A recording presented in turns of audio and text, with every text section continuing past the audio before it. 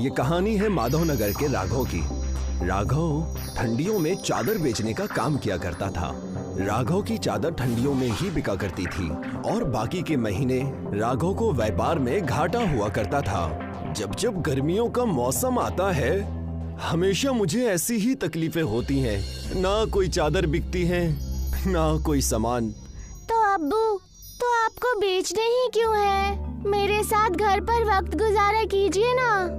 अगर मैं तुम्हारे साथ घर में वक्त गुजारूंगा तो हमारे घर खाना कैसे बनेगा बेटा? राघव सोचते हुए अपने घर से गांव की ओर चला जाता है और वहां जाकर सोचता है कि हे मालिक, इतनी गर्मी है।